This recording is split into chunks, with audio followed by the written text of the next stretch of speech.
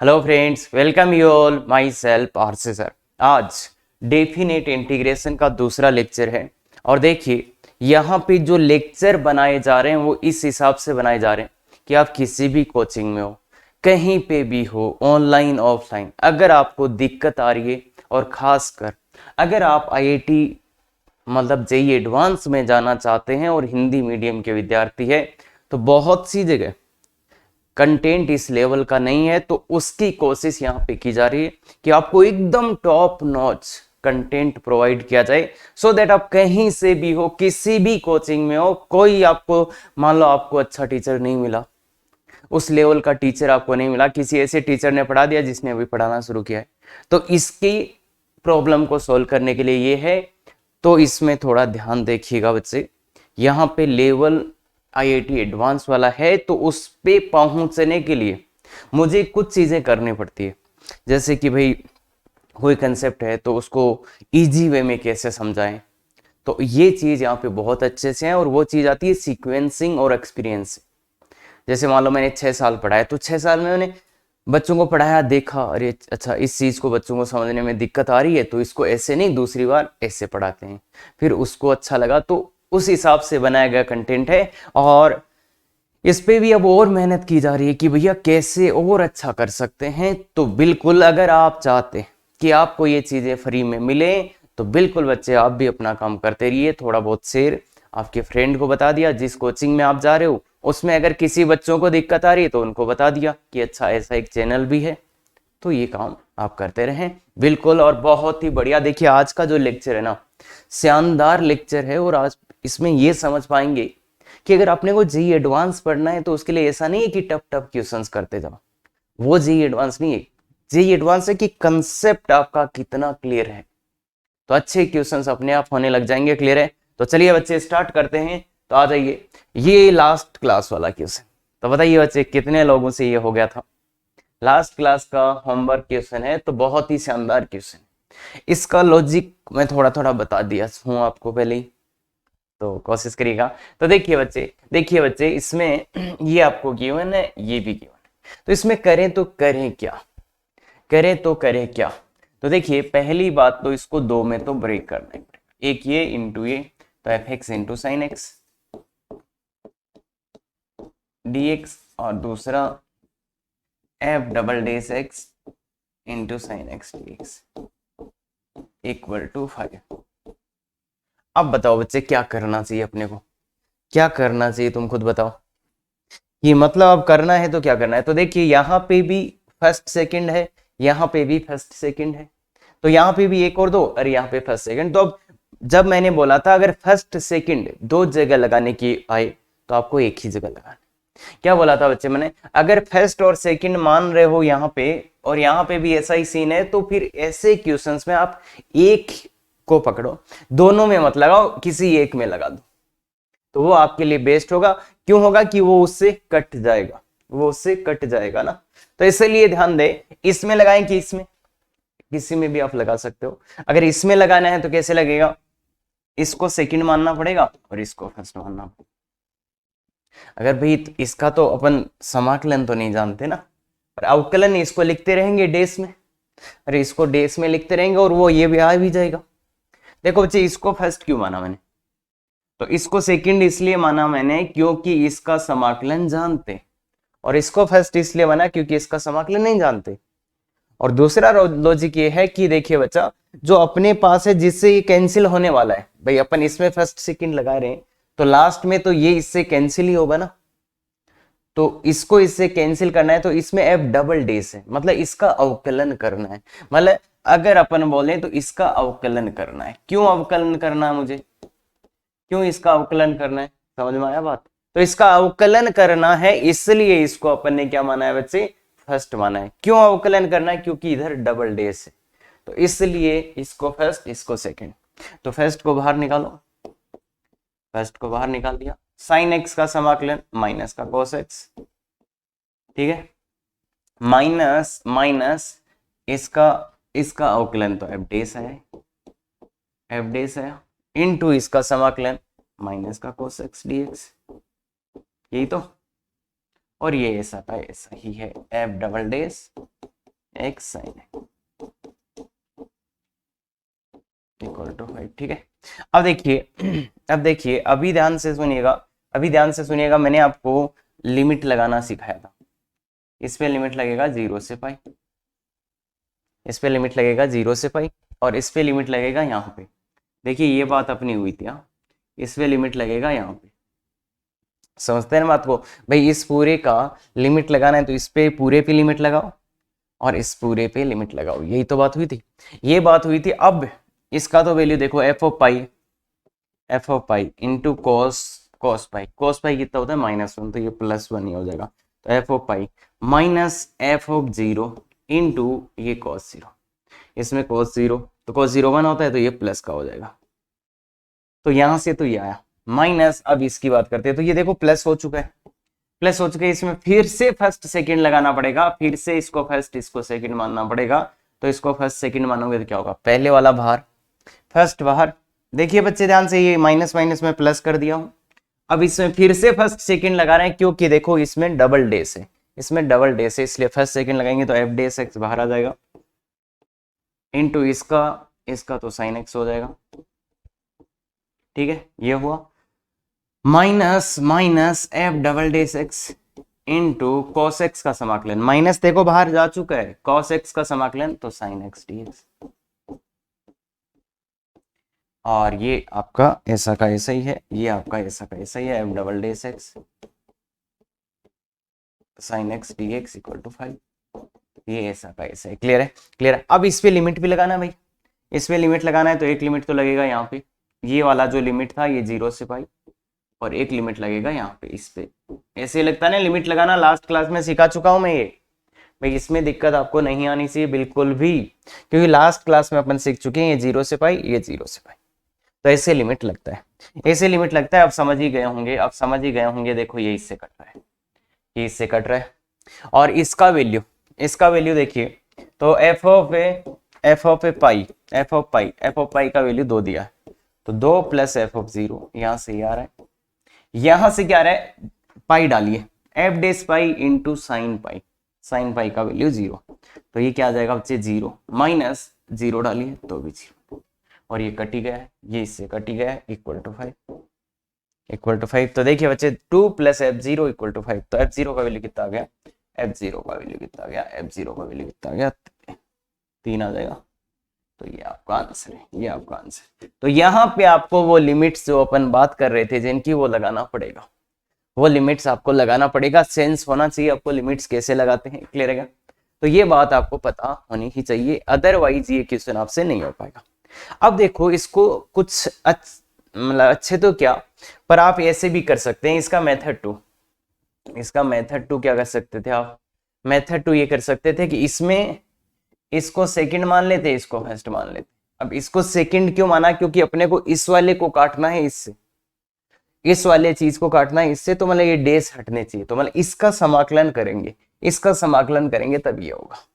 Clear है? एक method to ये हो सकता था कि इसको आप ना करके उसको करते, तो इससे हो जाता। मतलब ध्यान रहे, इसको मैंने सेकंड क्यों माना, क्योंकि इसका समाकलन होना चाहिए, तभी तो ये वाला स्टेप इससे कटेगा। और कुछ बहुत ही अच्छा, तो देखिए क्वेश्चन या तो आप इसको फर्स्ट सेकंड मान के कर लेते, इसको फर्स्ट इसलिए माना कि इसका अवकलन होना चाहिए, तभी तो F double dash x generate होगा यहां से और इससे कटेगा। अगर आप इससे करते तो क्या करते कि इसको सेकंड मानो, इसको फर्स्ट मानो। क्यों इसको सेकंड, क्योंकि इसका समाकलन होना चाहिए, डेस हटना चाहिए। क्लियर है? तो वो तो पता ही है डेस का। तो ऐसे मेथड 2। अब मेथड 3 का भी मैं हिंट दे सकता हूं, पर बात ये ना, अगर इसमें फर्स्ट सेकंड इसको, इसमें सेकंड फर्स्ट इसको मान के अगर आप डायरेक्टली ये पूरा कर देते तो ये मेथड 3 हो जाता, इससे एक ही बार में आंसर आ जाएगा। पर ये आप नहीं सोच पाओगे, आप ये बात नहीं सोच पाओगे।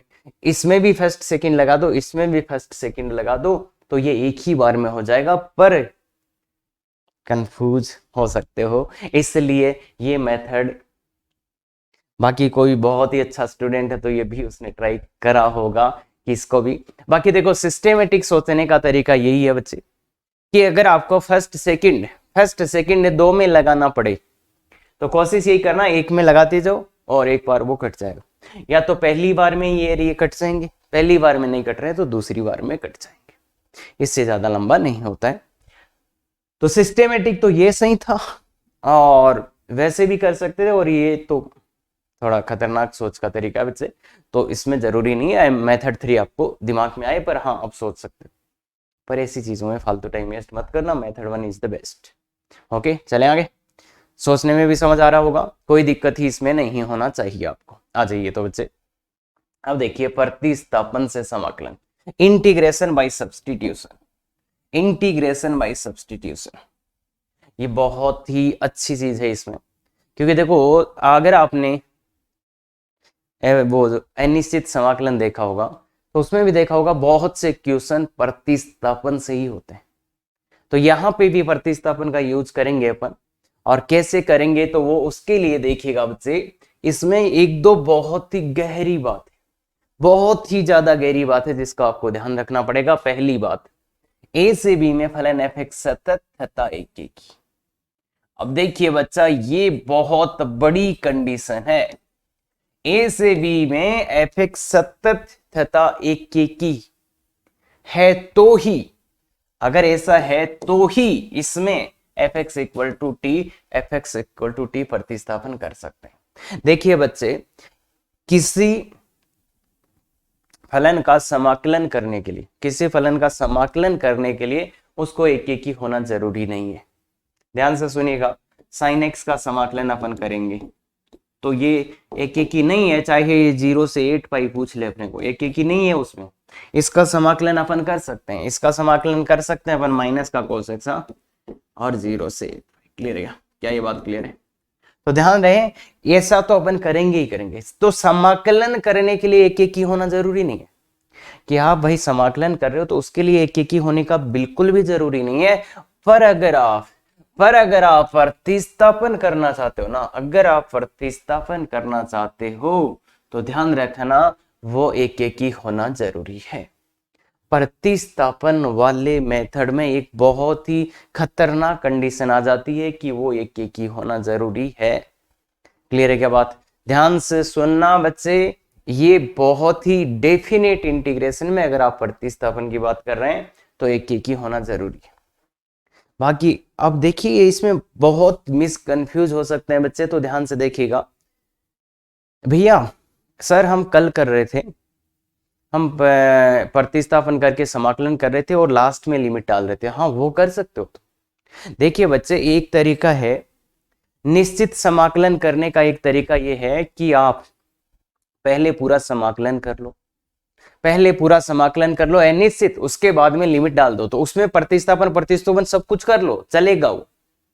पर अगर आप निश्चित समाकलन में सीमाएं साथ ही बदलने की कोशिश कर रहे हैं, मतलब निश्चित समाकलन की सीमा भी बदलना चाह रहे हैं, तो उस टाइम एक ही होना बहुत जरूरी है, एक ही होना जरूरी है। तो मतलब कहने की बात, कहां दिक्कत आएगी?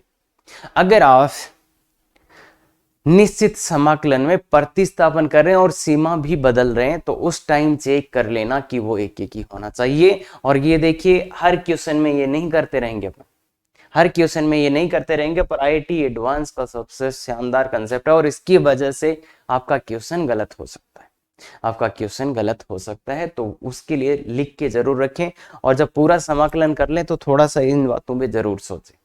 अभी तुम सोचने लग जाओगे तो फिर क्वेश्चन ही नहीं होंगे, तो उसका नहीं करना है।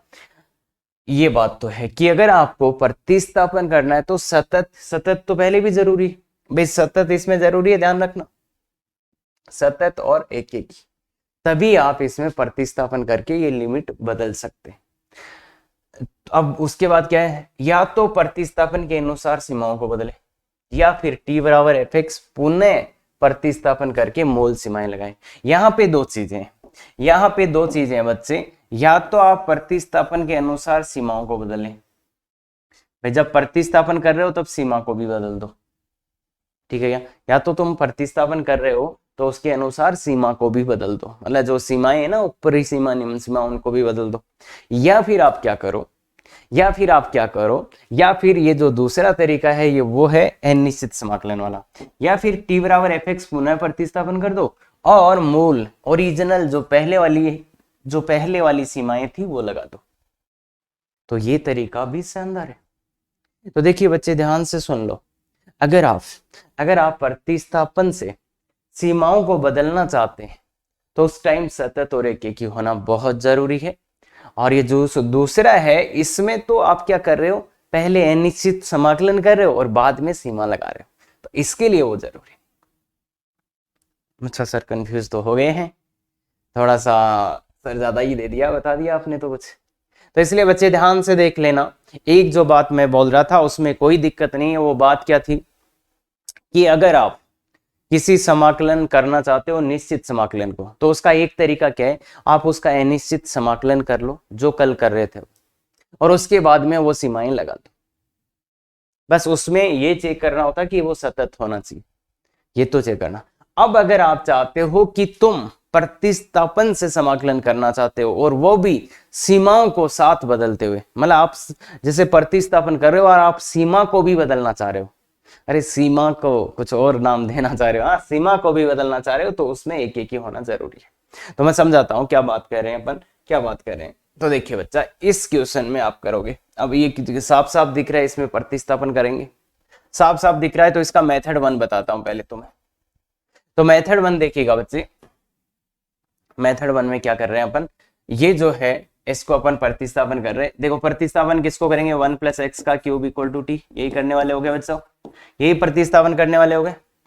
तो क्या आ जाएगा, 3x² dx equal to dt, यही आएगा। तो x² dx equal to dt/3, dt/3 यही तो बच्चों, dt/3 आ रहा है, बिल्कुल आ रहा है सर। तो अब देखिए, ये इसकी जगह मैंने t डाल दिया, नीचे वाले की जगह t आ गया, और x² dx की जगह dt/3, dt/3 आ गया। अब सीमा बदलो, तो इसमें देखिए ये किसके मान थे, ये x के मान थे, ये किसके मान थे, x के मान। अब यहाँ पे किसके मान चाहिए, t के मान। तो यहां से लाओ, यहां जब आप x का मान 1 डालेंगे, तो t का मान कितना है, x का मान 1 डालो भाई, यहाँ पे x का मान 1 डालो। अरे भाई अभी देखो ये सीमा पहले थी x की, अब अपने को चाहिए t की चाहिए, तो x का मान डालो ना, नीचे वाला मान डालो 1, तो t का मान कितना आ जाएगा 2। और ऐसे ही यहाँ पे x का मान 3 डालो, 3 का क्यूब 27 और 1 28, तो 28। तो ये बात है। अब इसमें देखो 1/3 बाहर आ रहा है, और 2 से 28 dt/t है, तो ये बात है। तो इसमें 1/3 और ln t, और इसका ln t का मोड भी होता है वैसे तो, ln t मोड, और सीमा क्या हो जाएगी 2 से 28। अब ये 2 और 28 किसके मान है, ये t के ही मान है भाई, ये t के ही मान है ना 2 और 28, तो ये t के ही मान है, तो डाल दो इसमें। तो 1/3 ln, पहले डालोगे 28 माइनस ln 2, तो ये आ जाएगा ln 14 भाई, ln m माइनस n वाला फॉर्मूला, तो ln 14 आ जाएगा 1/3 ln 14, तो 1/3 ln 14 इसका वैल्यू आ जाएगा। तो देखिए बच्चा, अब अपन ने यहाँ पे प्रतिस्थापन किया, और साथ ही सीमाओं को भी चेंज किया। तो अगर आप ऐसा करने जा रहे हो कि प्रतिस्थापन कर रहे हो और साथ में सीमाओं को भी चेंज कर रहे हो, तो इस टाइम ये एकेकी और सतत होना जरूरी है, ये एकेकी और सतत होना जरूरी है, ये एकेकी और सतत। अब देखिए ये जो फलन है 1 + x³, तो ये सतत तो है ही है, क्योंकि बहुपद फलन है, तो 1 से 3 में ये सतत तो है ही है, और नीचे वाला 0 भी नहीं बन रहा, एक एक ही है या नहीं। तो इसका अगर आप डेस करोगे, फंक्शन में जानते हो कि ये एक एक ही होता है, इसका डेस करोगे तो वो पॉजिटिव आएगा, तो इसलिए ये एक एक ही। तो ये सतत और एक एक ही है, इसलिए अपन इसकी सीमाएं बदल पाए। क्लियर है। तो अगर आप चाहते हो प्रतिस्थापन से करना और सीमाओं को भी साथ में बदलना चाहते हो, तो उस टाइम आपको ये ध्यान रखना चाहिए जेईई एडवांस के क्वेश्चन। तो ये तो थी बात इसको ध्यान रखने वाली। अब जो चीज है मेथड 2 क्या कहता है भैया, मेथड 2 ये कहता है, मेथड 2 तो अपन जो कल कर रहे थे कि पहले इसको निकाल लो यार, x² dx अपॉन 1 + x³, इसका मान निकाल लो। तो इसका मान निकालने के लिए तो यही सब कुछ करेंगे भाई, यही सब कुछ प्रतिस्थापन करेंगे ना, यही प्रतिस्थापन करेंगे तो ये टी आ जाएगा, ऊपर डी टी और नीचे 1/3, यही तो आएगा रे भाई। यही प्रतिस्थापन तो यही करोगे ना तुम, प्रतिस्थापन तो यही करना पड़ेगा। तो ये आंसर आ रहा है 1/3 ln ऑफ mod t। ठीक है, अब क्या करो, अब क्या करो, तुम इसको टी में मत रखो, इसका आंसर ले आओ कितना, 1/3 ln 1 + x³, 1 + x³। तो ये देखिए आपने क्या किया है, प्रतिस्थापन की हेल्प से, प्रतिस्थापन की सहायता से इसका ये मान ज्ञात कर लिया। तो आपने उसको जो t जिसको माना था उसको वापस हटा दिया आपने। तो मतलब आपने तो ये कर लिया भाई, इसका समाकलन ये होगा, इसका समाकलन ये होगा। तो अब तो सीमाएं लगा दो। अब तो आंसर क्या आएगा, आंसर क्या होगा, इसलिए जो था आपका 1 से 3 x² 1 + x³ dx, तो इसका मान क्या लिख सकते हो आप, इसका मान तो यही होगा ना, ln 1/3 ln 1 + x³ भाई, यही तो। और इस पे सीमा लगा दो। अरे भाई इसका आपने समाकलन ही ज्ञात कर लिया, इसका आपने समाकलन ही ज्ञात कर लिया, तो अब सीमा लगा दो। सीमा क्या, x के ही मान लगाने, तो 1 से 3। तो ये चीज मैं बोल रहा कि भाई तुम पहले प्रतिस्थापन का यूज करके समाकलन ज्ञात कर लो, और लास्ट में जो मूल सीमाएं थी वो लगा दो, मूल सीमाएं थी वो लगा दो। तो 1/3, 3 यहाँ पे रिपीट करो, तो ln 28 - 1/3 ln 2 यहाँ पे पुट कर दो, तो ये आ गया 1/3 ln 14। तो ये बात तो हुई देसी जुगाड़ वाली अपनी, कि भाई तुम पहले समाकलन ज्ञात कर लो, उसके बाद में सीमा लगा दो। पर यहाँ पे भी एक बात याद रखना है, जब ये सीमा अपन लगा रहे हैं तो अपने को इतना पता होना चाहिए कि जो ये फलन लिखा हुआ था ये सतत होना चाहिए, ये सतत होना चाहिए।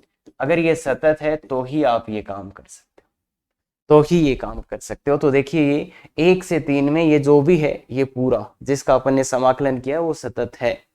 क्यों सतत है, तो देख लो भाई 1 से 3 में ये बहुपद फलन है, नीचे वाला 0 हो नहीं रहा है, तो ये सतत है, इसलिए ये सतत।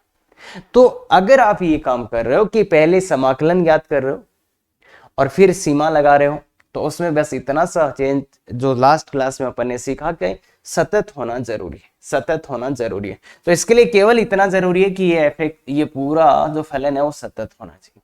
और अगर आप ये काम कर रहे हो तो यहाँ पे एक की भी, अगर आप ये सीमाएं भी चेंज कर रहे हो तो यहाँ पे एक की होना जरूरी। तो समझ में आ गया होगा। देखो सतत तो उसके लिए भी जरूरी है, इसके लिए भी।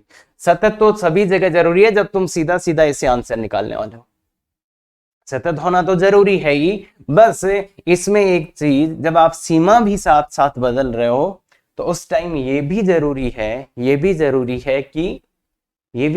कि वो एक ही होना चाहिए। तो ये बात है। अब देखिए कंफ्यूज होने का कोई पॉइंट नहीं है। यहाँ पे ए से बी में फलन सतत तथा की है तो ही इसमें ये प्रतिस्थापन कर सकते हैं तथा सीमाएं अनुसार सीमाएं बदल देंगे। दूसरा जो तरीका है वो है भैया टी बराबर, मतलब दूसरा तरीका तो देसी तरीका है अपना, कि पहले समाकलन कर लो बाद में सीमाएं लिख देना। तो ये ध्यान रहे इस चीज में, तो ये तरीका है। इसमें सतत एक की जरूरी है, इसमें केवल सतत जरूरी। आ जाइए अगला एक क्वेश्चन और करते हैं। और ये क्वेश्चन आप 5 मिनट ले लीजिए बच्चा, 5 मिनट ले लीजिए। और यहाँ पे देखिए पहला लेक्चर और दूसरे लेक्चर में मैं ट्राई कर रहा हूं कि आप अपने इनडेफिनेट इंटीग्रेशन को थोड़ा मजबूत रखें और उसको थोड़ा रिवाइज करके आए क्लास में, क्योंकि बच्चों अगर वो रिवाइज नहीं है तो इसलिए खासकर मैंने वो क्वेश्चन चुन के डाले जो उसकी आपको जरूरत है। तो कोशिश करिए इसका करने की कोशिश करिएगा। तो इसमें पता ही है अपने को 1 से 2, ये तो पता ही है ना आपको। इसमें क्या करते थे अपन, अरे ऐसे में क्या करते थे, x की पावर 4 बाहर लेते थे, x की पावर 5 हो जाता था, ये 1 + x की पावर 4 + 1। इसके बाद क्या करते थे बच्चे, याद है इसको क्या मानते थे, वेरी गुड, 1/1 + x की पावर 4, 1/1 + x की पावर, इसको t मानते थे ना बच्चे, अरे इसको t मानते थे तो dt आ जाता था -4/x की पावर 5 dx = dt। क्लियर है। तो ये कितना हो जाएगा बच्चे, ये कितना हो जाएगा, देखिए 1/x की पावर 5 dx = माइनस का dt/4। तो देखिए बच्चा ये हो जाएगा t, ये तो हो जाएगा t, और ये दोनों मिलके -dt/4, तो -1/4 बार है और ये dt। अब अपन क्या चाह रहे हैं कि अपन सीमाओं को भी बदल, सीमाओं को भी चेंज कर दें, मतलब प्रतिस्थापन किया तो ये टी में आ गया। अब ये जो सीमाएं थी अभी एक्स की थी, अभी टी की चाहिए अपने को, टी की चाहिए तो मान डाल दो भाई, यहाँ पे मान डाल दो। सबसे पहले निम्न सीमा चाहिए तो एक्स की जगह 1 डालो, एक्स की जगह इसमें 1 डालो तो कितना हो जाएगा 2। फिर ऊपरी सीमा अगर आपको चाहिए तो एक्स की जगह कितना डाल दो, एक्स की जगह कितना डाल दो, एक्स की जगह यहाँ कितना डाल दो 2 डालो, तो एक्स की जगह 2 डालोगे तो 16, तो 17/16। तो अब बस ये एक्स टी के ही मान आ गए, ये टी के ही मान आ गए तो इसको कर सकते हैं -1/4 और ln mod t और सीमा क्या है 2 से 17। तो इसको डालोगे तो -1/4 और ln कितना है, ln देखिए ln 17/16 -ln 2, इसको करोगे तो ये आ जाएगा -1/4 ln 17/32। तो ये आपका आंसर है, ये आपका आंसर है। इसको आप उल्टा करके ऐसे भी लिख सकते हो 1/4 ln 32/17, तो ये भी लिख सकते हो, एक ही बात है। वो भाई इसको उल्टा करा तो माइनस बाहर आ जाएगा, उसको उल्टा करा तो माइनस बाहर आ जाएगा, तो आराम से हो जाएगा, कोई इश्यू इसमें नहीं होना चाहिए आपको। तो ये चीज है, इसको करना है तो ऐसे से फटाफट से कर लो, कोई भी इश्यू नहीं आएगा।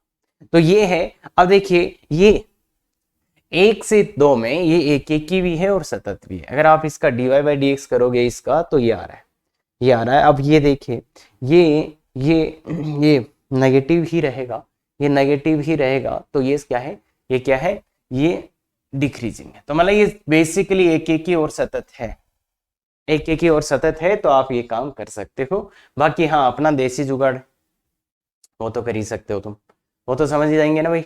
अरे पहले इसका समाकलन कर लो, कैसे, इसी टेक्निक का यूज करके, और लास्ट में सीमाएं डाल दो, लास्ट में सीमाएं डाल दो, तो ये कोई इश्यू नहीं आने वाला है। तो ये ध्यान रखना। तो ये कैसे था, ये सतत था, एक की था, सतत और एक की। बस ये ध्यान रखना, सतत और एक की किस में था, सतत और एक की किस में था, इसमें 1 से 2 में, x बिलोंग्स टू 1 से 2 में। सतत और एक की है ये किसके लिए, 1 से 2 में। जो यहाँ पे मान आता है, जो इंटरवल ऑफ इंटीग्रेशन आता है, उसमें ये सतत और एक की होना चाहिए। सब जगह होना जरूरी नहीं है भाई, ये फलन को एक की होना जरूरी नहीं, बस इस फलन को इस अंतराल में सतत और एक की होना जरूरी है। तो ये ध्यान रहे, क्लियर है। तो ऐसा आप कर सकते हैं, और ये टेक्निक आपको आता है, कोई दिक्कत नहीं आना चाहिए, आ जाइए ये वाला। तो इसको तो देख के ही पता चल रहा है, इसको तो देख के ही पता चल रहा है कि क्या करना है आपको, क्या करना है बच्चे, साइन एक्स को क्या पुट कर देना है, साइन एक्स को टी पुट कर देना है। क्यों, क्योंकि कॉस एक्स के, देखिए ये रहा कॉस एक्स के साथ कौन है, dx, या dx के साथ cos x है, तो sin x को t पुट कर देना है। देखते ही समझ आना चाहिए, तो ये तो देखते ही समझ आना चाहिए बच्चे, कोई भी इश्यू नहीं आना चाहिए।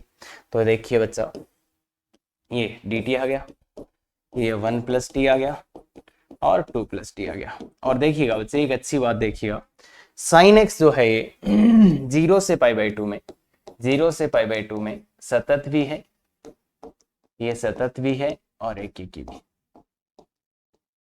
सतत और एक की, ये दोनों 0 से π/2 में ये सतत भी है और एक की भी, सतत और एक की है sin x, तो इसलिए इसका अपन ये भी काम कर सकते हैं, ये भी काम कर सकते हैं। तो बताओ क्या करोगे, बताओ 0 डालेंगे, जब x का वैल्यू 0 डालेंगे तो t का वैल्यू भी 0 आ जाएगा, और जब x का वैल्यू π/2 डालेंगे तो t का वैल्यू बना जाएगा। तो ये अपना बदल गया। अब इसका समाकलन कैसे करें, इसका समाकलन कैसे करें, तो बच्चों अब ध्यान से पूरा जी जान लगा दो कि इसका समाकलन कैसे करें। तो पूरा बहुत ही अच्छे से सोचो समझो, सब कुछ करो, 100% आपको ये समाकलन आना चाहिए। और नहीं आ रहा है, और आपके दिमाग में भी नहीं आ रहा है, तो बच्चे मुश्किल में फंसने वाले हो आप। कोशिश करो ये समाकलन आपको आए, कोशिश करो। तो इसके 2 मेथड मैं बता देता हूँ। पहला मेथड है, ये तो dt था यहाँ, तो यहाँ पे है 1, तो एक तो करो 2 + t माइनस 1 + t, भाई 2 + t माइनस 1 + t। देखिए इस ऊपर में आप कर सकते हो 2 + t माइनस 1 + t, ये है बेसिक मैनिपुलेशन। और सेम सा ही क्वेश्चन अपन ने कर रखा है, 2 + t माइनस 1 + t, ऐसा ऊपर देखिए, ऊपर ये 1 ही लिखा है बच्चे, ये ऊपर 1 ही है, देखिए तो ऐसा करने से क्या हो जाएगा, ऐसा करने से क्या हो जाएगा, देखिए इसमें इसका डिवाइड करो, अलग अलग डिवाइड कर दो, तो ये 1 प्लस टी और ये माइनस का 2 अपॉन माइनस का 1 अपॉन 2 प्लस टी। तो देखिए बच्चा ये आ गया, अलग अलग करने से ये आ जाएगा। यार इसको एक ही साथ कर लेते हैं, तो अलग अलग कर लो, इसको अलग अलग करोगे तो ये आ जाएगा 1 plus T minus 1 upon 2 plus T. तो यही आ रहा क्या बच्चे, यही आ रहा क्या बच्चे, देखिए यही आ रहा है, देखो अरे ध्यान से देखो भाई, बेसिक मैनिपुलेशन किया तो हो गया काम। तो इसका समाकलन ln 1 प्लस टी होता है, इसका समाकलन ln 1 प्लस टी होता है माइनस ln 2 प्लस टी। ठीक है, अब इसमें लिमिट्स लगानी अपने को 0 से 1। तो थोड़ा अच्छा देखेंगे, थोड़ा अच्छा देखेंगे तो ये क्या है, lmn, तो ln 1 plus T upon 2 plus T, भाई बाद में से पहले ही डाल देंगे, चलो पहले ही डाल देते भाई, आपकी बात मान लेते, पहले 1 डाल दो ना सर, सीधा सीधा ही वैल्यू डाल दो ना सर, क्यों बकवास कर रहे हो, सीधा ही 1 डालो। तो ये आ जाएगा ln 2, ये आ जाएगा माइनस का ln 3, यही आएगा, पहले वाला 1 डाला तो ln 2 माइनस ln 3, फिर माइनस का 0 डाला तो ये ln 1 हो जाएगा, ln 1 माइनस ln 2। तो देखिए बच्चा ये ln 2 होगा माइनस ln 3, ये क्या 0 हो जाएगा, ये तो ये प्लस ln 2, तो ये होगा।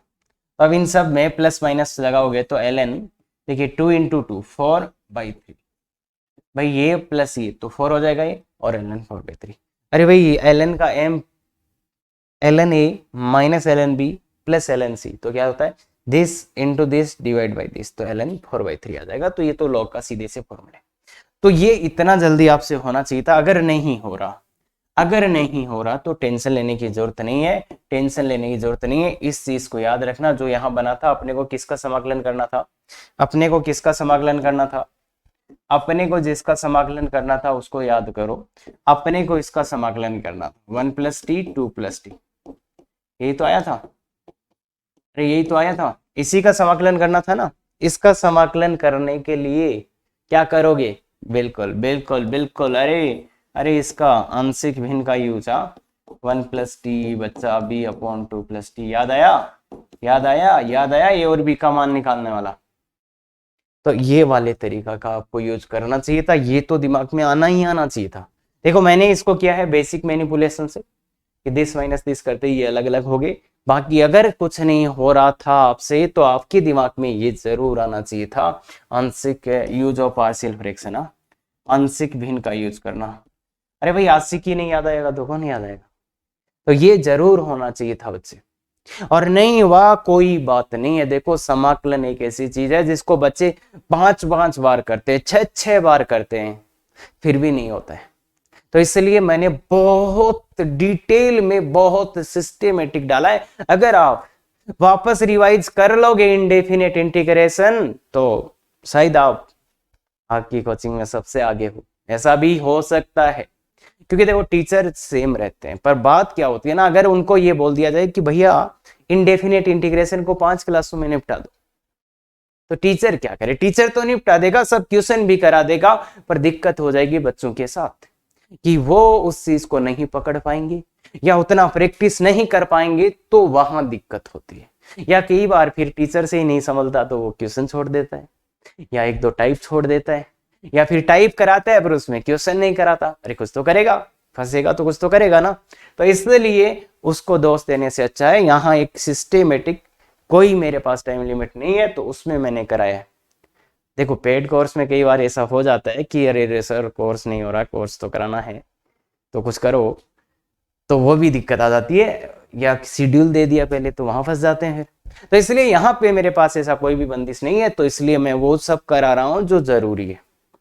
एक एक्स्ट्रा एग्जाम्पल भी कराना पड़ रहा है तो करा रहा हूँ, कोई दिक्कत नहीं है, क्योंकि आपको समझ आना चाहिए। हाँ तो आ जाइए, ये दोनों क्वेश्चन है खुद से करिएगा, ये दोनों क्वेश्चन है खुद से करिएगा, छोटे मोटे यार अब, है ना। तो ये दोनों क्वेश्चन है खुद से करिएगा, तो खुद से करेंगे तो समझ में आ जाएगा, ये तो समझ में आ ही जाएगा क्या हो रहा है, तो और ये भी समझ आ जाएगा। तो दोनों क्वेश्चन है बच्चे ट्राई करिएगा, पहले बिल्कुल नहीं देखेंगे तो ठीक है। 10x को t डालने की, 10x को t डालने तो डाल दो भाई, क्या 10x को t डालते ही ये 6 पर x dx आ जाएगा, ये dt आ जाएगा, दिख ही रहा है तो यार, et dt। अब लिमिट निकालना है, तो टेन पाई बाई टू, देखिए टेन पाई डालोगे तो जीरो हो जाएगा, ये समझ में आता है, ये समझ में आता है मेरे को। अब टेन पाई बाई टू कितना आएगा, यहाँ पे छोटा सा ट्विस्ट है, खुद से बताओ लोअर लिमिट कितना लिखना है।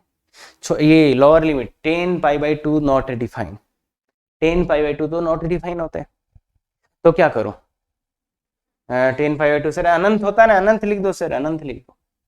तो देखिए बच्चा ऐसे ना लिखो, ऐसे ना लिखो, ध्यान दे यहाँ पे लिमिट निकालना है मेरे को। तो इंटरवल ऑफ इंटीग्रेशन देखो, इंटरवल ऑफ इंटीग्रेशन देखिए वो है पाई बाई टू से पाई, मतलब कहाँ से कहाँ समाकलन कर रहे हैं, पाई बाई टू से लेकर पाई तक। तो यहाँ पर अगर मेरे को लिखना होगा तो क्या लिखा जाएगा, क्या लिखा जाएगा बच्चे, वो लिखा ये जाएगा कि पाई बाई टू से बड़ा। देखिए ये छोटे वाला है, ये बड़े वाला है, तो जब वैल्यू निकालोगे तब आप निकालोगे इसमें x बराबर पाई बाई टू प्लस लिखोगे, तब t का value ten pi by two plus पे वैल्यू कितना होता है, पाई बाई टू प्लस मतलब सेकंड क्वाड्रेंट में। देखिए बच्चा पाई बाई टू पे नॉट डिफाइन बोलो या इन्फिनिटी बोलो, सेंस सेम सही है ना, सेंस समझना, बाकी वो पता है तुम्हें पाई नॉट डिफाइन और इन्फिनिटी सेम नहीं होता है, पर उसका सेंस भी पता है। तो अब देखिएगा ten pi by to infinity होता है ना। तो अब ये है टेन पाई बाई टू से थोड़ा सा बड़ा। देखिए अगर पाई बाई टू माइनस होता तो प्लस का infinity, ten pi by two plus है तो ये सेकंड क्वाड्रेंट में चला गया बच्चे, ये कौन से क्वाड्रेंट में चला गया, सेकंड में। सेकंड में टेन नेगेटिव होता है इसलिए इन्फिनिटी तो होगा पर माइनस का। देखिए बहुत ही गजब की स्टोरी है, ten pi by two not define, ठीक है, टेन पाई या ऐसे बोल दो ten pi by to infinity. अब टेन पाई बाई टू से थोड़ा सा बड़ा तो ये सेकंड क्वाड्रेंट में चला गया, सेकंड में टेन नेगेटिव होता है इसलिए नेगेटिव का इन्फिनिटी। ध्यान रहे यहाँ पे मैं और भी लिख देता हूँ, ये भी आपको पता होना चाहिए, ten pi by to minus pi by to से थोड़ा छोटा होता तो क्या होता, प्लस का इन्फिनिटी, क्योंकि ये फर्स्ट क्वाड्रेंट में होता। तो ध्यान रखना ये चीज भी आपसे गलती करा सकता है एग्जाम में। तो यहाँ पे है ten pi by two plus, plus क्यों है, इसलिए प्लस है बच्चे क्योंकि अपना जो समाकलन का अंतराल है वो पाई बाई टू से पाई, इसलिए क्लियर है, क्लियर है। तो इसलिए यहाँ पे होगा माइनस का इन्फिनिटी, यहाँ पे होगा माइनस का इन्फिनिटी। तो ये ध्यान रख रहे, और ये वही बात है कि वो पाई बाई टू पर ये टूट रहा था, पाई बाई टू पे ये टूट रहा था, पाई बाई टू पे ये टूट रहा था, मतलब तो इसलिए पाई बाई टू पर टूट रहा था, ये सतत नहीं था, इसलिए पाई बाई टू पे मुझे लिमिट लेना पड़ा। पाई बाई टू पे ये असतत था, देखो पाई बाई टू पे परिभाषित ही नहीं है तो असतत है, तो इसलिए मुझे पाई बाई टू पे लिमिट का वैल्यू लेना पड़ा, तो इसलिए वो माइनस इन्फिनिटी आ रहा है। क्लियर है क्या, तो ये बात रखें। और दूसरी बात ten x pi by to से पाई में सतत होता है, पाई बाई टू से पाई में सतत होता है। देखो टेन एक्स का ग्राफ भी आप जानते होंगे, टेन एक्स का ग्राफ भी आप जानते होंगे, ऐसा आता है, ऐसा आता है, तो ये पाई है और ये पाई बाई टू, तो ये वाला ग्राफ सतत होता है ना, तो ये पाई बाई टू से पाई ग्राफ सतत होता है, तो कोई दिक्कत नहीं है, एक एक ही भी है सतत भी है तो ये कर सकते हैं। तो इसलिए ई की पावर टी का ई की पावर टी और माइनस इन्फिनिटी से जीरो, तो जीरो रखिए, ई की पावर जीरो माइनस ई की पावर माइनस इन्फिनिटी। अब माइनस इन्फिनिटी ये तो आ जाएगा वन, और ये कितना होता है बच्चों जीरो, तो ये आंसर आ जाएगा, तो ध्यान रखिएगा आंसर आ जाएगा वन, है ना, आंसर वन आ जाएगा। तो इसलिए बहुत ही बारीक चीजें हैं यहाँ पे, बहुत ही ज्यादा बारीक चीजें, उनका थोड़ा सा ध्यान रखेंगे तो कोई दिक्कत नहीं आएगा। या फिर दूसरी बात ये हो सकती थी कि तुम भैया ये लिमिट्स नहीं चेंज करना चाहते, तो तुम पहले सीधा सीधा समाकलन कर लेते, तो तुम्हारा समाकलन क्या था, 10x को t, तो लास्ट में तुम्हारा समाकलन आ जाता है e की पावर 10x, उसके बाद लिमिट लगा दो, तो वहां पे भी सेम काम होता है, ये चीज का यूज आपको करना पड़ता। अब आते हैं इस पे, तो इसको जल्दी से कर दो यार, ये तो बच्चों वाला क्वेश्चन है, बच्चों वाला क्वेश्चन है भाई, ये तो होना ही होना चाहिए। तो आ जाइए बच्चे, ये सीधा सीधा फॉर्मूले की याद आना चाहिए, नहीं याद आ रहा तो भैया आप ज्यादा पानी में है। अगर ये फॉर्मूला आपको नहीं याद आया इसको देख के तो भैया आप पानी में, इंटीग्रेशन फिर नहीं समझ आएगा। फॉर्मूला जाके याद कर लो, ये तो बहुत ही अच्छा फॉर्मूला था। तो इसलिए इसका समाकलन क्या हो जाएगा, इसका समाकलन होता है वन बाई ए का वैल्यू टू है, यहाँ फोर नहीं है, अरे ए स्क्वायर, ए का वैल्यू टू है, one by two tan inverse x by A, x by. तो ये फॉर्मूला याद आ रहा होगा, one by A tan inverse x by, तो ये फॉर्मूला है, सीधा सीधा वैल्यू डाल दो, खत्म। तो ये आ जाएगा one by two tan inverse 1 minus 1/2 tan inverse -1। तो ये है 1/2, ये π/4 होता है बच्चों, और ये माइनस माइनस प्लस हो जाएगा और 1/2 इंटू, तो ये π/4 π/8 प्लस π/8 तो π/8। तो ये तो पक्का ही आना चाहिए था, इसमें नहीं अगर आप गड़बड़ कर रहे हैं तो फिर तो गलत बात है, फिर तो गलत बात है बच्चों। तो इसमें गड़बड़ बिल्कुल नहीं होनी चाहिए थी मेरे हिसाब से। तो ये भी ठीक है। बहुत ही अच्छा क्वेश्चन है, बहुत ही अच्छा क्वेश्चन है। इसको कैसे करना है आप लोगों को पता है, तो इसको कैसे करना है तो वो आप लोगों को सब पता है।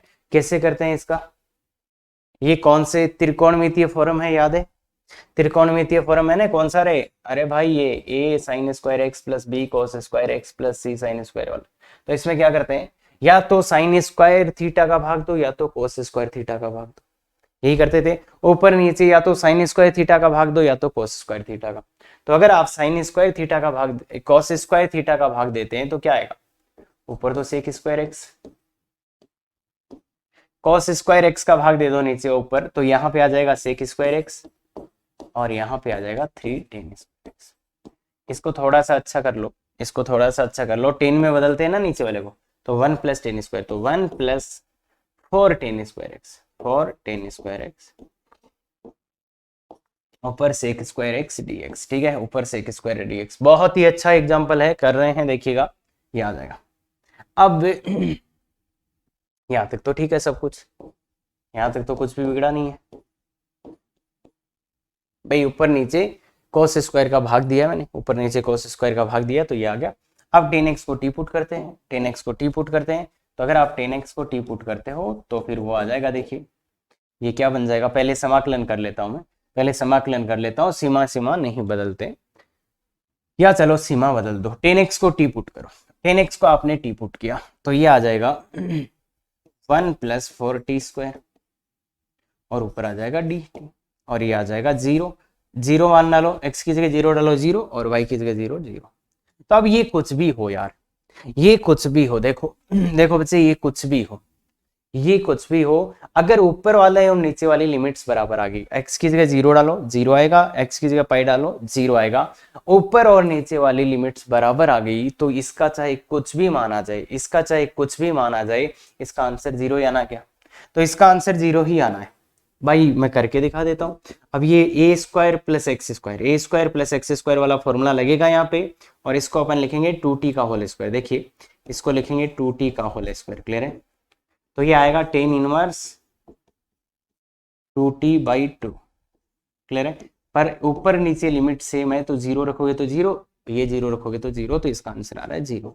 और ये यहां से भी बोल सकता था मैं, क्योंकि ऊपर और नीचे अगर सीमा ही 0 आ गई तो इसका आंसर 0 आएगा, इसका आंसर 0 आएगा। तो ये तो था एक तरीका। अब इसी में अगर अपन ये बात करें, इसी में अगर ये बात करें कि मेथड टू मैंने क्या करा, साइन स्क्वायर का भाग दे दिया, उस पर नीचे मैंने साइन स्क्वायर का भाग दे दिया, तो ऊपर बन जाएगा कोसेक स्क्वायर एक्स, क्या करा मैंने, साइन स्क्वायर एक्स का भाग दे दिया, और यहां बन जाएगा कोसेक स्क्वायर एक्स प्लस 3, मैंने ऊपर नीचे साइन स्क्वायर एक्स का भाग दे दिया।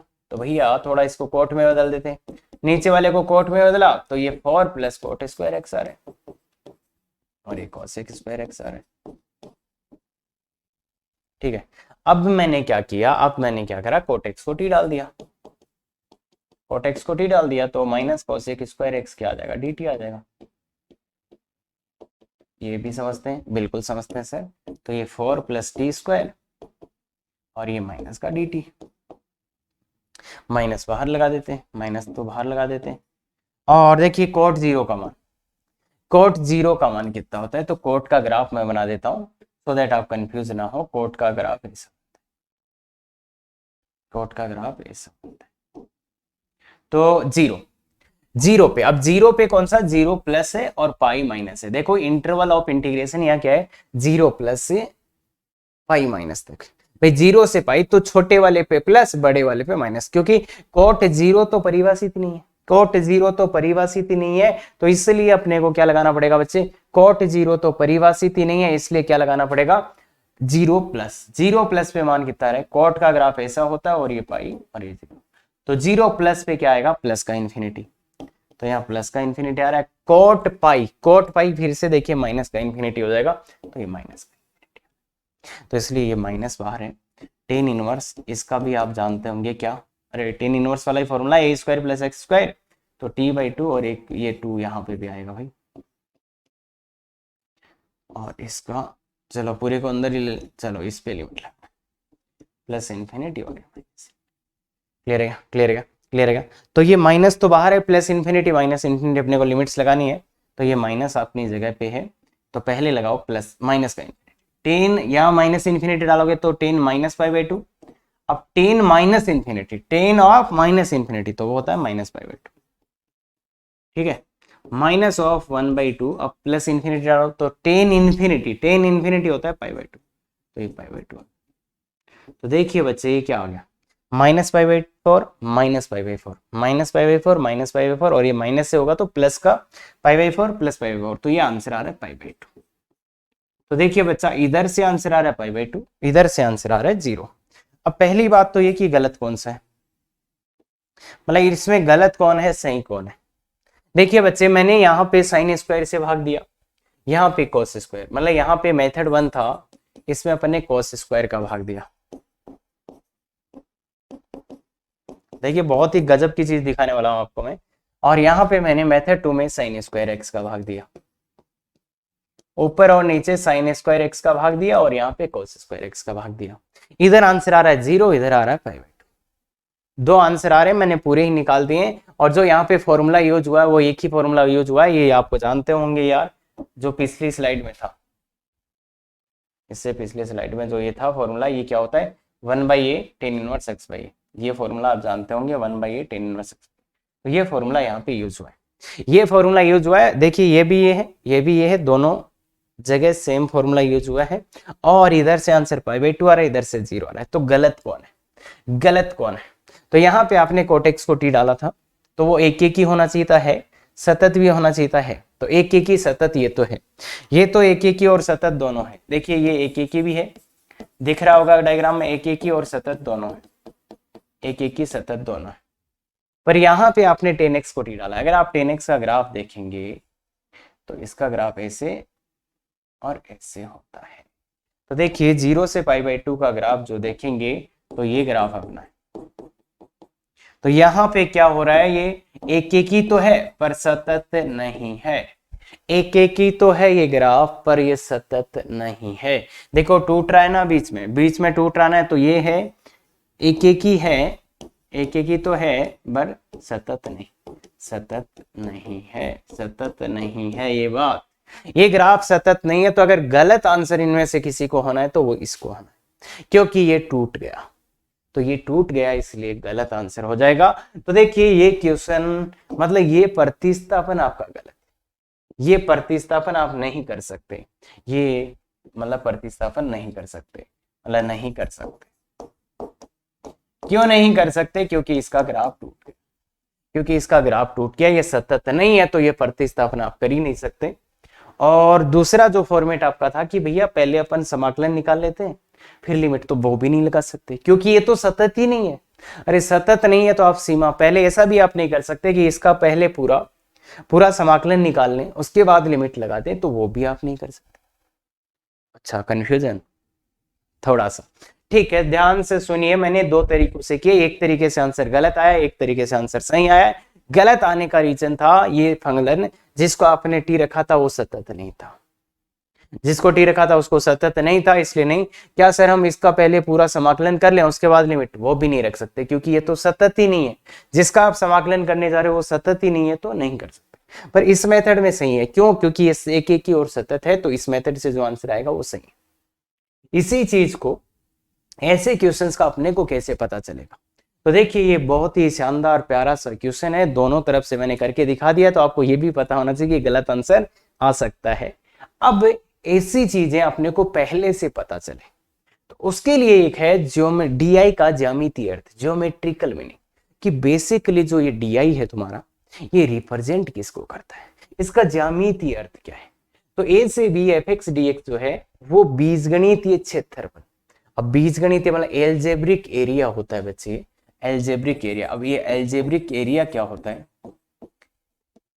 एल्जेब्रिक एरिया को रिप्रेजेंट करता है, मतलब चिन्ह के साथ, एरिया जिसका चिन्ह के साथ क्या मतलब है वो देखेंगे। जो y बराबर एफ एक्स तथा एक्स एक्स द्वारा ऊर्ध्वाधर रेखाओं x बराबर एक्स, तो बेसिकली ये देखो बच्चा, ये एक्स एक्सिस है, ये मान लो कहीं आपका y बराबर एफ एक्स है, ठीक है, और ये एक रेखा है x बराबर है और ये दूसरी रेखा है x बराबर।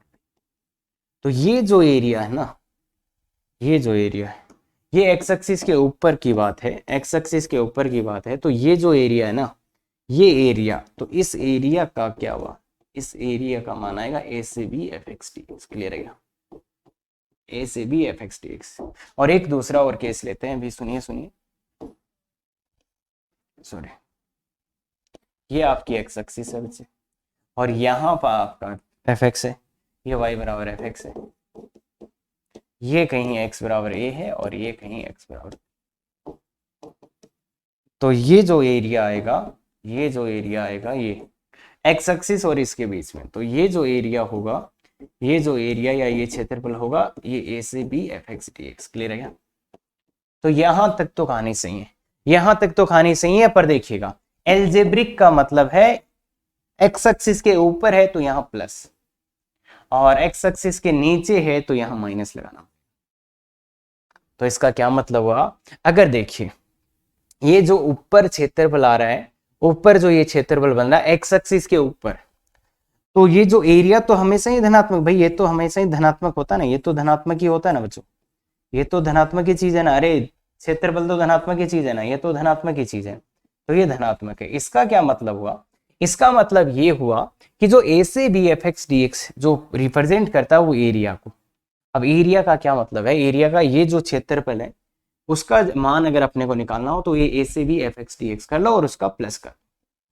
क्यों, क्योंकि अगर एफ एक्स ऊपर है तो ये a से b एफ एक्स का जो मान आएगा वो धनात्मक, और यहाँ पे एफ एक्स एक्स एक्सिस के नीचे है तो जो इसका मान आएगा वो ऋणात्मक आएगा, इस वाली चीज का जो मान आएगा वो ऋणात्मक आएगा, ध्यान रखना, ये मान ऋणात्मक आएगा।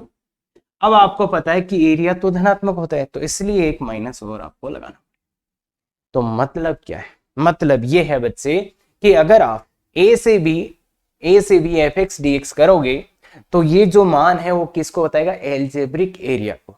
एल्जेब्रिक मतलब साइन के साथ चिन्ह भी होगा, तो ये वाला एरिया धनात्मक है, ये वाला एरिया धनात्मक, मतलब ये वाला जो एरिया है तो इस एरिया का मान a से b F X D X आ जाएगा। पर अगर इस वाले एरिया का मान बताओगे तो ये एरिया ऋणात्मक है, तो इसलिए a से b F X D x आएगा, वो इसका ऋणात्मक करना पड़ेगा। थोड़ा और अच्छा सुनो, थोड़ा और अच्छा सुनो। तो यहां से सुनने की बात ये है, अगर आप a से b F X D x निकालते हो तो इसका मान कैसा आएगा, इसका मान कैसा आएगा, तो वो अगर आपका y बराबर एफ एक्स एक्स एक्सिस के ऊपर है तो इसका मान धनात्मक आएगा। मतलब अगर y बराबर एफ एक्स का ग्राफ एक्स एक्सिस के ऊपर है तो इसका मान कैसा आएगा, धनात्मक आएगा, और अगर y बराबर एफ एक्स का ग्राफ नीचे है तो इसका मान कैसा आएगा, ऋणात्मक आएगा। और जो ये एरिया है, जो क्षेत्रफल अपन लिखते हैं, वो तो धनात्मक भी होता है। तो इसलिए अब अगर इस माइनस को, तो मतलब बेसिकली ये एल्जेब्रिक एरिया को रिप्रेजेंट, देखो एरिया का रिप्रेजेंट करता तो यहाँ पे भी प्लस आना चाहिए था, यहाँ पे भी प्लस। अरे भाई देखो बच्चों, अगर ये वाली चीज क्षेत्रफल को दर्शाता तो यहाँ भी होना चाहिए a से b F X D X, और यहाँ पे भी होना चाहिए a से b F X D x. यहाँ माइनस क्यों लगाना पड़ा, क्योंकि क्षेत्रफल धनात्मक होता है, तो इसलिए माइनस लगाना पड़ा, क्योंकि इसका मान ऋणात्मक आएगा तो इसको प्लस बना। अब तुम बोलोगे सर ये आया कहां से, कैसे आया है सर, हमें कैसे पता चले। तो देखिए बच्चे, अभी केवल मैं आपको बता रहा हूं कि ऐसा होता है, अभी बस याद रखना है कि अगर आपका y बराबर एफ एक्स एक्स एक्सिस के ऊपर है तो उसका मान धनात्मक आता है, और नीचे है तो उसका मान ऋणात्मक आता है। और एल्जेब्रिक एरिया की बात करें, ये एरिया प्लस का है, ये एरिया माइनस का है, मतलब अपन एरिया की बात करें तो ये माइनस का एरिया है एल्जेब्रिक एरिया। तो ये बात ध्यान रखिए, जो एरिया एक्स एक्सिस के ऊपर होगा वो प्लस का एरिया होता है, जो एरिया एक्स एक्सिस के नीचे होगा वो माइनस का एरिया होता है, जब अपन बीजगणितीय क्षेत्रफल की बात करें तो इसलिए ये चीज आपको देखने को मिलेगा। क्लियर है क्या, तो ये बात ध्यान दें। तो यहाँ पे कंफ्यूज तो हो सकते हैं, क्योंकि देखो ये एरिया जो है पूरा एक अलग टॉपिक है, और इसको और अपन अच्छे से समझेंगे इस टॉपिक के लास्ट में। तो यहाँ कंफ्यूज होने की कोई बात नहीं है, बस इतना याद रख लेना कि अगर y बराबर x ऊपर है तो इसका मान, इस वाले सिचुएशन में इसका मान जो है वो कैसा आएगा, इसका मान कैसा आएगा, पॉजिटिव आएगा। और अगर ये नीचे है तो इस वाली सिचुएशन में, इस वाली सिचुएशन में a से b fx कैसा आएगा, नेगेटिव आएगा। बस आप तो इतना याद रख लो, अगर fx नीचे है तो नेगेटिव और fx ऊपर है तो पॉजिटिव आता है इसका मान। अब इसको एरिया बनाने के लिए माइनस लगाना पड़ा, क्यों, क्योंकि इसका मान ऋणात्मक आया और इसको प्लस बनाने के लिए एक माइनस और लगाना पड़ा, और ये तो इतनी सी बात आपको ध्यान, इतनी सी बात आपको ये ध्यान रखना है। तो बहुत ही अच्छे से ध्यान रखेंगे। और अब देखो पीछे वाला जो चीज है, एक और 2 एग्जांपल करते हैं फिर पीछे वाले को। जैसे यहाँ निम्न के लिए a से b fx dx याद करें, तो इस वाले क्षेत्रफल का मान इसने 5 दिया, इस वाले क्षेत्रफल का मान 5 है, तो a से b fx dx क्या आएगा, तो a से b fx dx क्या होता है, ये क्षेत्रफल ही होता है। तो a से b fx dx क्या हो गया, a से b fx dx क्या हो गया बच्चा, इसका मान भी क्या हो जाएगा, 5 हो जाएगा, इस वाले में तो 5 हो जाएगा। और यहाँ पे क्योंकि क्षेत्रफल नीचे है तो a से b fx dx का मान क्या हो जाएगा, इसका मान क्या हो जाएगा, -6। क्यों -6 क्यों, क्योंकि नीचे जो क्षेत्रफल होता है तो इसको जब बीजगणितीय लिखते हैं तो इसमें एक माइनस, ये माइनस का क्षेत्रफल है, मतलब ये तो क्षेत्रफल तो देखो 6 है, पर बीजगणितीय क्षेत्रफल इस केस में कितना हो जाएगा, -6। तो ये होता है बीजगणितीय क्षेत्रफल, क्षेत्रफल 6 पर बीजगणितीय क्षेत्रफल इसका कितना होगा, माइनस, और इसका क्षेत्रफल भी 5 है, बीजगणितीय क्षेत्रफल भी 5 है, क्योंकि ये एक्स एक्सिस के ऊपर है। तो ये चीज आपको ध्यान रखनी, क्लियर है क्या। अब आते हैं बात इस पे, इसमें क्या होगा, तो इसमें a से b fx dx क्या है, तो देखिए बच्चे बीजगणितीय क्षेत्रफल है उसको जोड़ दो। अब बीजगणितीय क्षेत्रफल ये नीचे है तो ये तो -4 और ये कितना है, +6। तो देखिए ध्यान से इसका मान 2 आएगा, क्यों, क्योंकि ये बीजगणितीय भाई एरिया, इसका मतलब है बीजगणितीय क्षेत्रफल। अब बीजगणितीय क्षेत्रफल इसमें -6 था, इसमें कितना है, -4 +6, तो ये पूरा जोड़ के कितना हो जाएगा, 2 हो जाएगा। तो ये ध्यान रखना, ये जो है वो माइनस, ये जो प्लस, मतलब इसका मतलब है बीजगणितीय क्षेत्रफल। तो कितना हुआ बीजगणितीय क्षेत्रफल, इस पूरे क्षेत्रफल को जोड़ दो, कितना, -4 +6, तो +2 आ जाएगा, +2 आ जाएगा। तो ये आपको ध्यान रखना है बहुत ही बड़ी इज्जत से कि ये बीजगणितीय क्षेत्रफल का मतलब होता है। अगर है ए से बी बीजगणितीय क्षेत्रफल वाला, अगर क्षेत्रफल ऊपर है तो उसको प्लस होता है, 5 क्षेत्रफल है ऊपर है तो उसका बीजगणितीय क्षेत्रफल +5 होता है, और क्षेत्रफल 6 है और वो नीचे है तो उसका मतलब इसका बीजगणितीय क्षेत्रफल -6, क्लियर है। और क्षेत्रफल यहाँ नीचे है तो माइनस, ये प्लस, तो ये क्लियर है क्या। तो अब ध्यान रखें यहाँ ए से बी जा रहे हैं अपन, नीचे से बड़े, छोटे से बड़े की ओर जा रहे हैं, छोटे से बड़े की ओर जा रहे हैं, छोटे से बड़े की ओर जा रहे हैं, तो ऐसा है।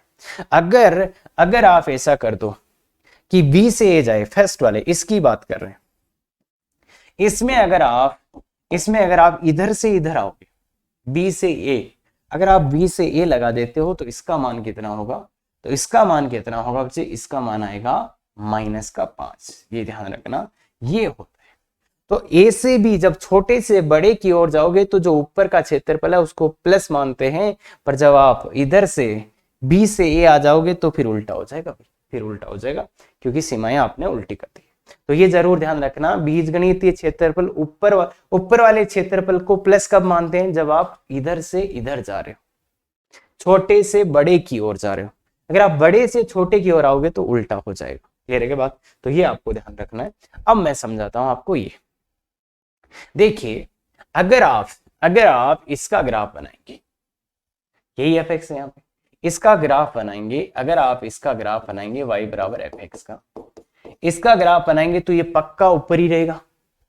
अरे ये जो भी है ये प्लस की चीज है, तो इसका जो भी ग्राफ बनेगा एक्स एक्सिस के ऊपर बनेगा, इसका जो भी ग्राफ बनेगा वो एक्स एक्सिस के ऊपर बनेगा। क्यों, क्योंकि ये तो प्लस की चीज है। अब प्लस की चीज है इसलिए ऊपर बनेगा ग्राफ, तो ऊपर बनेगा तो इसका आंसर भी तो प्लस आना चाहिए भाई। fx का ग्राफ अगर ऊपर बन रहा है तो इसका आंसर भी तो प्लस आना चाहिए। क्यों, क्योंकि अगर ग्राफ ऊपर बनेगा तो इसका आंसर तो पक्का प्लस आना चाहिए। तो ये 0 तो गलत हो गया, और देखो यहाँ पे प्लस ही आ रहा है, यहाँ पे प्लस ही आ रहा है, तो ये बात ध्यान रहे।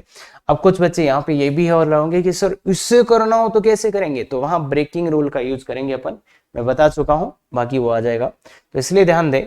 तो बस अपने को इस बात का बहुत अच्छे से इतना पता होना चाहिए कि अगर ऐसा है तो ऐसा होगा, ऐसा है तो ऐसा होगा, इतना पता होना चाहिए। कहाँ से आया ये अभी नहीं देख रहे हैं, ये बिल्कुल भी नहीं देख रहे हैं क्योंकि वो थोड़ा आउट ऑफ रीच हो जाएगा। अब ये है एक अच्छा क्वेश्चन है, एफ आर से आर एक फलन इस प्रकार है कि F X equal to sine X plus X तथा जी एक्स फलन एफ एक्स का व्युत्क्रम है, जी एक्स इसका व्युत्क्रम है, तो इसका मान ज्ञात कीजिए।